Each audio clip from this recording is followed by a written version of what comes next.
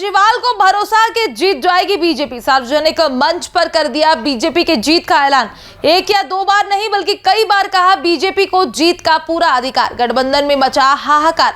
आखिर बीजेपी की जीत की गारंटी लेने वाले केजरीवाल का क्या है विचार, जानिए हमारे साथ। अरविंद केजरीवाल ने बीजेपी की जीत होने पर अपनी मोहर लगा दी है। यानी केजरीवाल का कहना है कि 2024 में बीजेपी जरूर विजय का परचम लहराएगी। ये कोई अफवाह नहीं बल्कि बिल्कुल सच बात है। केजरीवाल ने ये बात सार्वजनिक मंच पर कही है और डंके की चोट पर भी। अब केजरीवाल ऐसा क्यों और किस लिए बोल रहे हैं, ये समझने के लिए आपको पूरा मामला समझना होगा। दरअसल ये मामला दिल्ली सेवा विधेयक से जुड़ा हुआ है। ऐसा इसलिए क्योंकि दिल्ली सेवा विधेयक पर केजरीवाल तमाम पार्टियों का समर्थन मांगने के लिए राज्य दर राज्य घूम रहे थे और इसी बीच केजरीवाल का कहना यह भी था कि दिल्ली सेवा विधेयक सेमीफाइनल है और अगर गठबंधन के अन्य नेताओं के समर्थन से केजरीवाल सरकार को दिल्ली सेवा विधेयक पर जीत मिल जाती है तो ये माना जाएगा कि 2024 में भी गठबंधन की जीत पक्की है। लेकिन ऐसा हो न सका। केजरीवाल को हर प्लान औंधे दी मुंह गिर गया।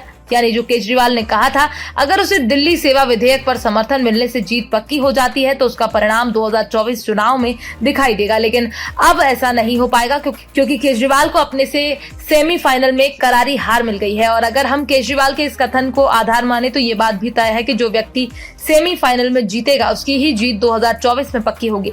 अब सेमीफाइनल में तो केजरीवाल को हार मिल गई और बीजेपी को जीत। यानी अगर केजरीवाल के बयान को आधार माने तो 2024 में भी केजरीवाल को हार मिलेगी और बीजेपी को जीत, क्योंकि केजरीवाल का ही कहना है कि जिसको सेमीफाइनल में जीत मिलेगी उसको फाइनल में भी मिलेगी। अब ऐसे में आप ये भी समझ लीजिए कि ये बिल क्या है और इसको लेकर अन्य नेताओं का क्या कहना है। दरअसल बीते कई वर्षों से दिल्ली में अधिकारियों की ट्रांसफर या फिर पोस्टिंग कौन करेगा इस बात को लेकर घमासान हो रहा था। लिहाजा केंद्र सरकार और दिल्ली सरकार के बीच ट्रांसफर और पोस्टिंग को लेकर विवाद होना शुरू हो गया और फिर ये मामला सुप्रीम कोर्ट गया।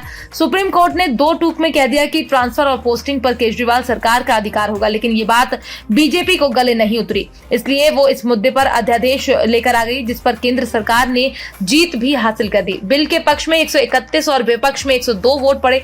यानी मोदी सरकार जीत गई और केजरीवाल का पूरा कुनबा हार गया। इसको लेकर अमित शाह ने राज्यसभा में कहा कि इस बिल का उद्देश्य दिल्ली में भ्रष्टाचार मुक्त प्रशासन सुनिश्चित करना है। बिल के एक भी प्रावधान से पहले जो व्यवस्था थी उस व्यवस्था में 1 इंच मात्र भी परिवर्तन नहीं हो रहा। अमित शाह ने आगे कहा कि ये विधेयक सुप्रीम कोर्ट के आदेश का उल्लंघन नहीं करता। ये बिल हम शक्ति को केंद्र में लाने के लिए नहीं बल्कि केंद्र को दी हुई शक्ति पर दिल्ली यूटी की सरकार अतिक्रमण करती है उसको वैधानिक रूप से रोकने के लिए ये बिल लेकर आए हैं।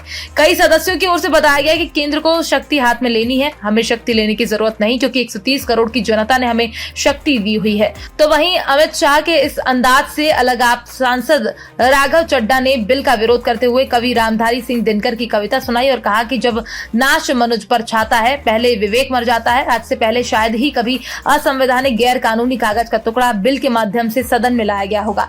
आज बीजेपी ने अटल बिहारी वाजपेयी, लाल कृष्ण आडवाणी जी को दिल्ली को पूर्ण राज्य बनाने की 40 साल की मेहनत को मिट्टी में मिला दिया है। Bureau report, PDN news.